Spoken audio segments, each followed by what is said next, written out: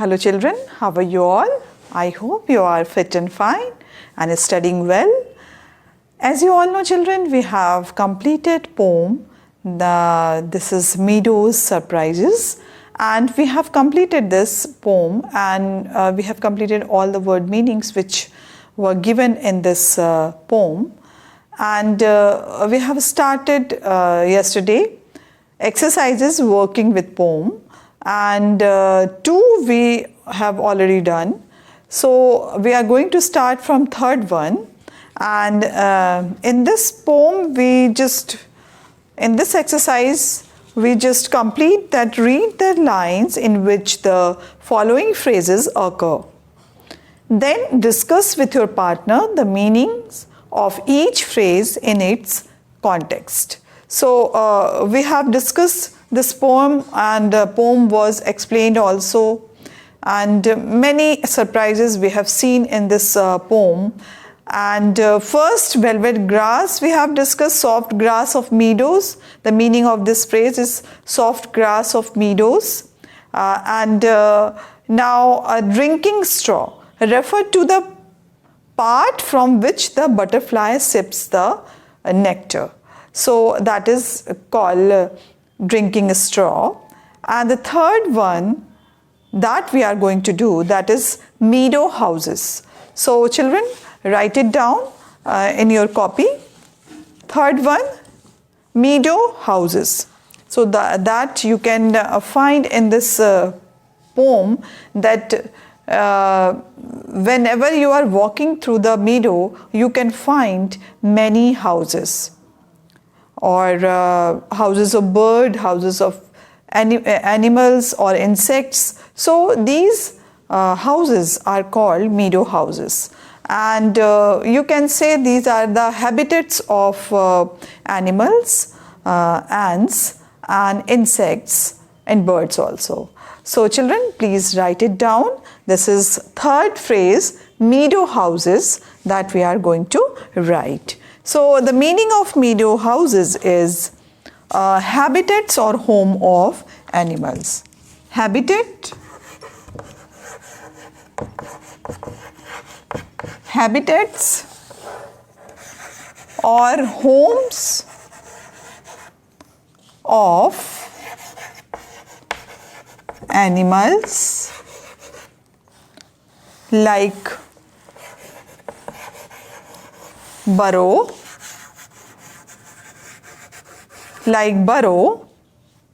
in the ground,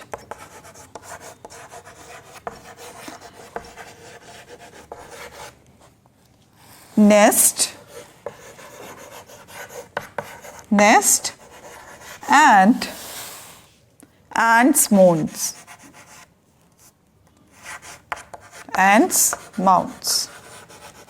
Mounds, as we have discussed, these are all artificial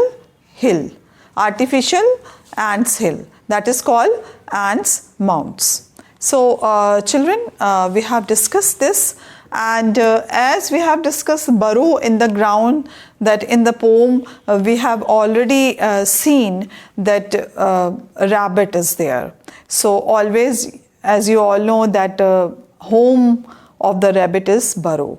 So that we have already discussed in the poem. Now fourth one is, that is amazing mounds. That is amazing mounds. So children, as you know, that this is refer to the ants hill. Ants artificial hills are called amazing mounds. It's giving you surprise when you see these type of the mounds in the meadow. So this is called artificial and artificial hill, and it is refers ants hill, and you can say an artificial hills, that is called amazing mounds. So now number 4 is fuzzy head. Fuzzy. Number 5th is fuzzy head. So children, fuzzy head, when dandelion, the flower dandelion dried up, so its fur blew as a parachute in the air when we are blowing this. So this is called fuzzy head. This refers the dandelions are dried flowers or petals. So we are going to write. So I'm going to write fuzzy head. So this is dandelion flowers. Dandelion flowers which covered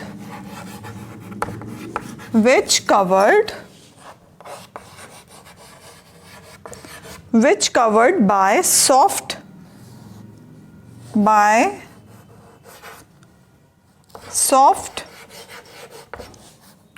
fibers like hair.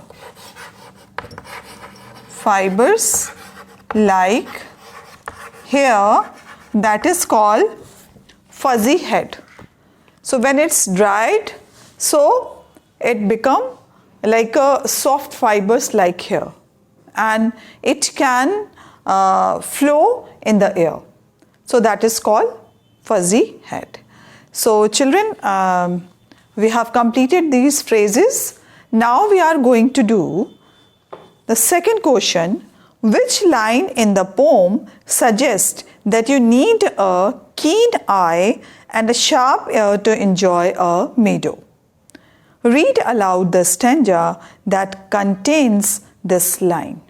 So this we are going to read it aloud because you just find it, you need a keen eye and a sharp ear to enjoy a meadow. So children, we are going to read aloud that, oh, meadows have surprises and many things to tell. You may discover these yourself if you look and listen well.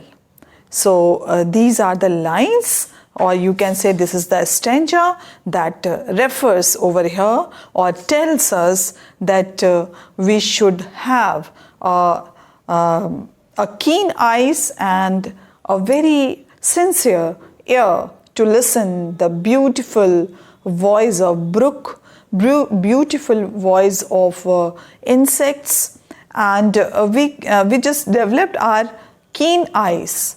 Keen eyes means we should have that type of the eyes that can see the beauty of nature.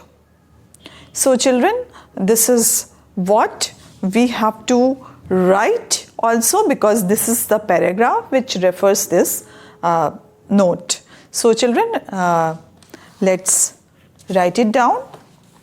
First you complete these phrases and then we are going to write the poem's line.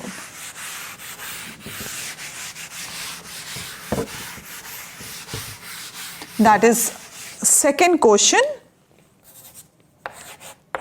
because we have to read it aloud, but because this is a written verb, so we have to write also. Oh, meadows have surprises. Meadows have surprises and many things to tell. And many things to tell, semicolon, and you may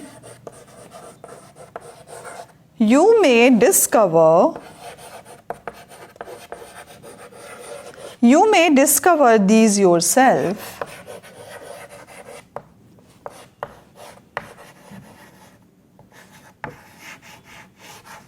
these yourself. If you look and listen. Now here poet suggests us that we should develop these type of aesthetic sense to listen or to feel this beauty of nature which lies in the meadows. So children, next question is, find pictures of kinds of birds, insects and scenes mentioned in the poem. So these picture you have to find out and paste in your copy. And the fourth one, watch a tree or plant or walk across a field or park at the same time every day for a week. And keep a diary of what you see and hear. At the end of the week, write a short paragraph or a poem about your experiences. So you put your writing up on the class bulletin board. So this is your activity that you should do. Every day you should go through a one plant, or just choose one tree or one plant, and every day you should observe and then write about that plant or tree, whether any paragraph or any poems. So please go through this work which is already given in your book.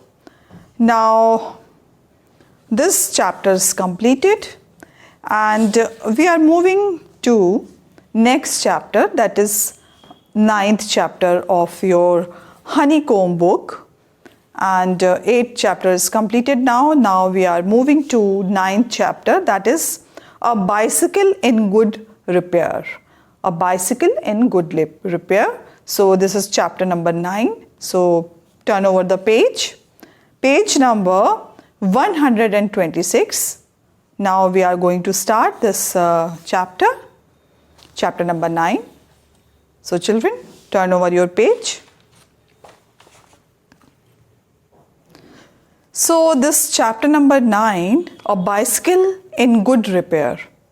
It is written by Jerome K. Jerome, and he has written this story about his experience and along with the experience of his friend.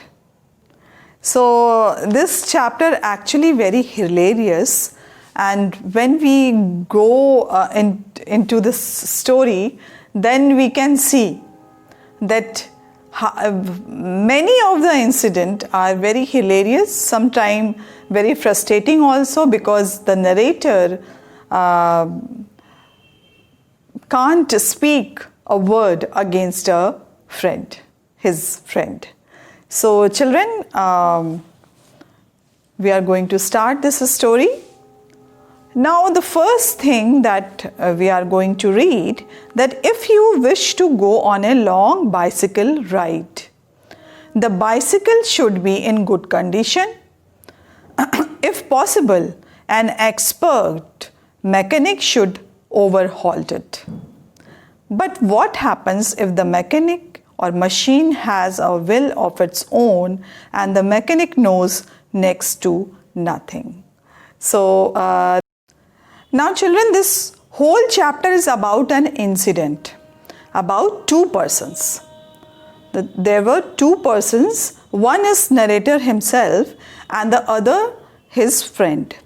Now the two persons who plan to go out on a morning cycle ride. It's not morning walk, it's cycle ride.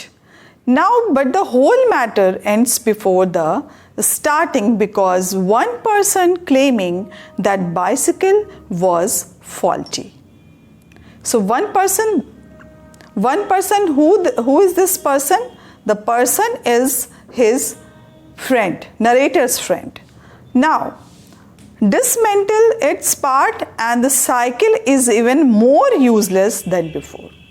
So this is, you can say, very comic character you can see in this story that the narrator's friend, and the narrator doesn't know about more this person, but sometimes the narrator get frustrated in this story because he wants to tell something, he tried to stop his friend, but because he is so humble and polite, that is why he cannot stop his friend. Now I am going to read first paragraph. A man I knew proposed one evening we should go for a long bicycle ride together on the following day. And I agreed. I got up early. For me, I made an effort and was pleased with myself. He came half an hour late. I was waiting for him in a garden. It was a lovely day. He said, "That's good-looking machine of yours. How does it run?" "Oh, like most of them," I answered, "easily enough. In the morning, goes a little stiffly after lunch." So here, the cycle word is not used over here. So the person who met the narrator in the morning, he used machine. So that I want to notice over here. So please children, notice it, because that person is not using a word bicycle. So the writer Jeremy described the incident, how the whole thing began. One evening he met a person who was from a place nearby, and they talked with each other, and Jeremy agreed to that man's proposal of going out on a bicycle ride. So the next morning, though Jeremy did not know him well, yet he agreed to the proposal. So the next morning, this gentleman arrived half an hour late. This gentleman arrived very late, half an hour late, and Jeremy was waiting for him in the garden. They greeted each other, and this man, seeing Jeremy's bicycle, and he said that he had nice bicycle. He asked how did it run?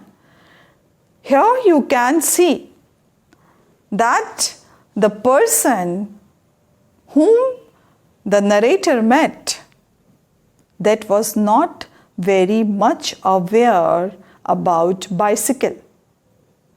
That is why he asked that how did it run? And Jeremy told him that it did well, giving some trouble at times. This gave this person the chance he had been waiting for him. Now here you can see this statement of narrator gave a chance to that person. And what he said, what the narrator said, that easily enough in the morning, goes a little stiffly after lunch. The thing he wanted to explain about his bicycle, that was only that it was easily run in the morning. In the morning it moves smoothly, but after the morning, gradually it's become very hard to move or very stiff in its movement. So he caught hold of it by the front wheel and the fork and shook it violently. Now, that point, another person or the narrator friend got it. And this gave this person the chance he had been waiting for. Now here you can see, he caught hold of it by front wheel and the fork and shook it violently. I said, "Don't do that. You will hurt it." I did not see why he should shake it. it had not done anything to him. Besides, if it wanted shaking, I was proper person to shake it. I felt much as I should had he started waking my dog. He said, "This front wheel wobbles." I said, "It doesn't. If you don't wobble it." It didn't wobble. As a matter of fact, nothing worth calling a wobble. Now he gave a chance about, after this statement of narrator, he got a chance and he was waiting for this chance. He took hold of the front wheel of the cycle and shook it violently.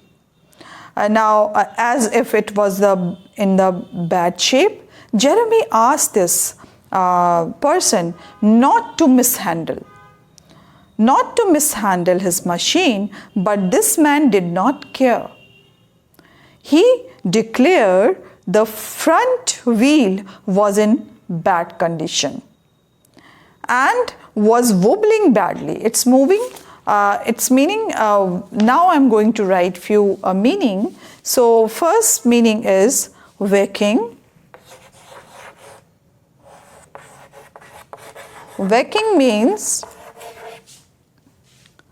beating, striking.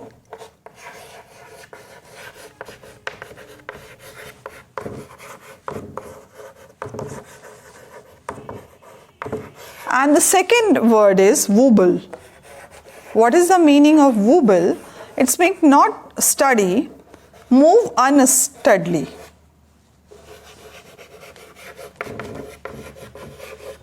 Move unsteadily from side to side. From side to side. Now here children, you can see that I said it doesn't if you don't wobble. The narrator was trying to stop that person to shake. But what happened? Now he declared that the front wheel was in a bad condition and was wobbling badly. But when I examined it, I found it to be in the perfect condition altogether. Here you can see nothing worth calling a wobble. The narrator found there was nothing called wobble because everything was right that time, and he found it better, in best condition. Now, second paragraph we are going to start. He said, "This is dangerous. Have you got a hammer?" I ought to have been firm, but I thought that perhaps he really did know something about the business.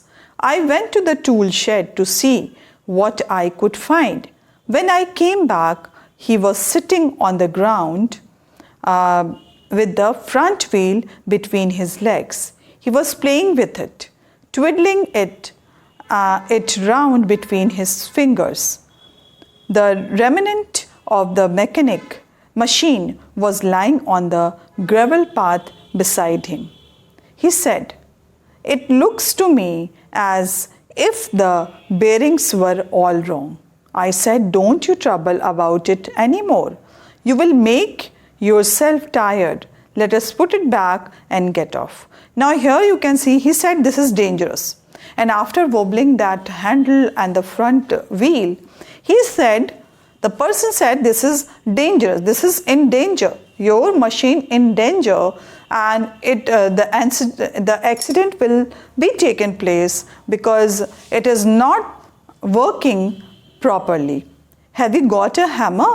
Now the person asked a hammer and the narrator went to search a hammer. Now, but I thought that perhaps he really did not know something about the business. Now here, one time the narrator was thinking that that person was not able to understand the problem inside my machine, but still he was thinking that time maybe he must know something about the problem. But he understood the person to whom he was traveling, or he was riding the bicycle, that person was not appropriate mechanic, but still he was just did not tell anything, and he went for the hammer. Now I went to the tool shed and see what I could find. When I came back, he was sitting on the ground with the front wheel between his legs. When I went back with the hammer, the narrator saw that the person, the friend, was sitting on the ground with the front wheel between his legs, and he was playing with it. He was playing with it. Now twiddling it round between his fingers. Now the meaning of twiddling,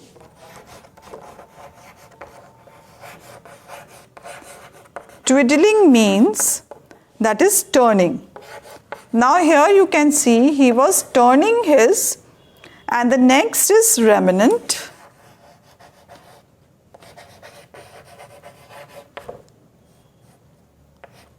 Remnant is the meaning of remnant is remaining parts.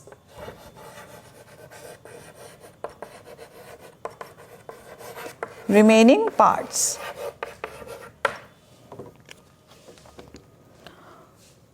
Now what the narrator saw? He saw that the person, the friend, was sitting on the ground and with the front wheel between his legs, and he was playing with that and twiddling it round between his finger, and he was turning that wheel. The remnant part of the machine was lying on the gravel path beside him, and the remaining part of the tools of that particular machine, it was lying on the floor. He said, "It looks to me as if the bearings were all wrong." He said, "It looks to me." It means he said that I already examined that this front wheel is in bad condition, but still I have already seen that its bearing were all wrong. It means its fitting of bearing were all wrong. I said, "Don't you trouble about it anymore. You will make yourself tired. Let us put it back and get off." Now here again narrator was in worry that how he should tell that person stop it, because from the beginning he understood that that person is not having very much knowledge about this machinery. So he always trying to stop him, but still, because he was a humble person, the narrator was a humble person and kind person, he could not speak anything against his friend. Now he said, "We may as well see what is the matter with it. Now it is out." He talked as though it had dropped out by accident. Before I could stop him, he had unscrewed something somewhere, and out rolled all over the path some dozen or so little balls. "Catch him!" he shouted. "Catch him! We must not lose any of them." He was quite excited.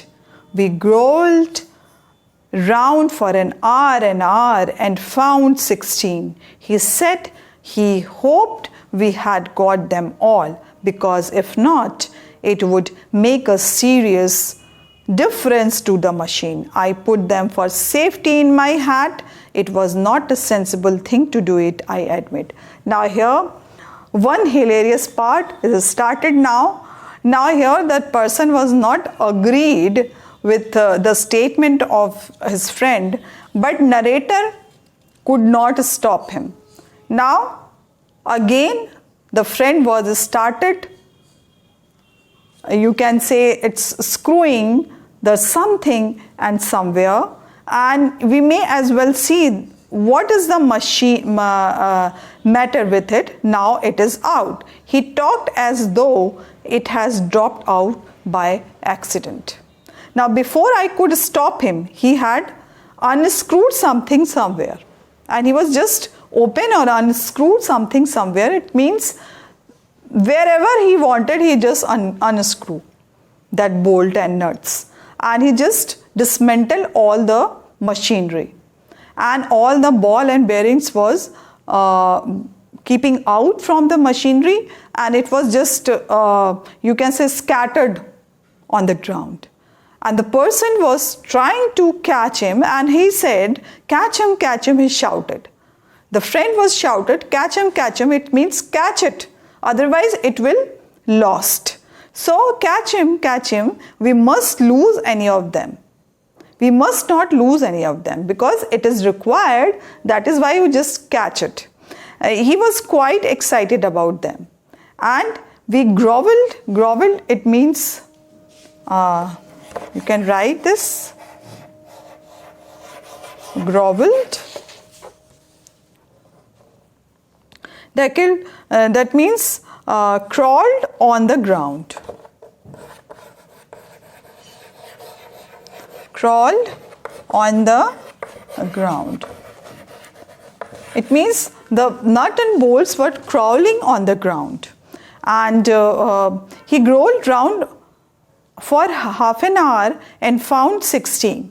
And now the narrator was trying to find out its nuts and bolts and the bearing which was lying on the ground, and he said he hoped we had got them all. Now he was also trying to catch it, because if not, it would make a serious difference to the machine. Now after this incident, that when the ball and bearings was out from the machinery, he was trying to catch, and the narrator was also trying to catch, and he was continuously telling that if we will lose this, so what happened? The machinery got accident, very badly injured or got accident. So I put them for safety. So I got, the narrator said over here, I got 16, here you can see, we got them all. If do not serious difference in the machine, I put out for safety in my hat. It was not a sensible thing to do, I admit. Now here he got 16 ball and bearings, and he just kept in his hat because of the safety of these nuts and bolts. And he said it was not a sensible thing, because he understood that the foolish person is doing all the foolishness all the time, and he just dismantled all the machinery by his foolishness. And here now he was just catching he was just catching the nut and bolts which was lying on the floor, and the person who was dismantled the machinery, he was also doing the same thing. Now here you can see the comic part of this story, that both person, because he wanted to tell it, he wanted to stop him, but he could not. So that was the problem of narrator, and he was facing these type of the problem, and that person was unknowingly was doing everything bad with that machine. And now we have completed first part of the story. So children, comprehension check we will do, that is, first is I got up early for me. It implies that he was an early riser, he was a late riser, he got up late that morning, and mark the correct answer. Now the second one, the bicycle goes easily enough in the morning and a little stiffly after lunch. The mark is humorous, inaccurate, or sarcastic, enjoyable, and meaningless. And make your choices. And after that, third, the friend shook the bicycle violently. Find 2 or 3 sentences in the text which express the author's disapproval of it. And fourth, if not, it would make a serious difference to the machine. What does it refer to? So we will solve these exercises. The first, so children, write it down. First, you just write all the word meanings in your copy, and after that we will solve comprehension check.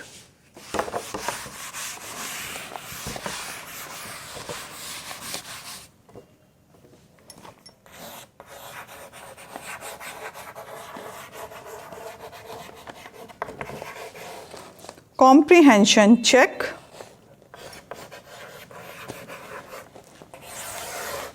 Now first is, I got up early for me. It implies that he was a late riser. Now second is correct. He was a late riser.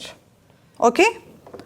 Now next, the bicycle goes easily enough in the morning and a little stiffly after lunch. The remark is humorous, inaccurate, and sarcastic, enjoyable, and meaningless. So what do you mean by this? So we will solve this number 2 number also. Now second answer is humorous. That is, you can see first number, that it's humorous.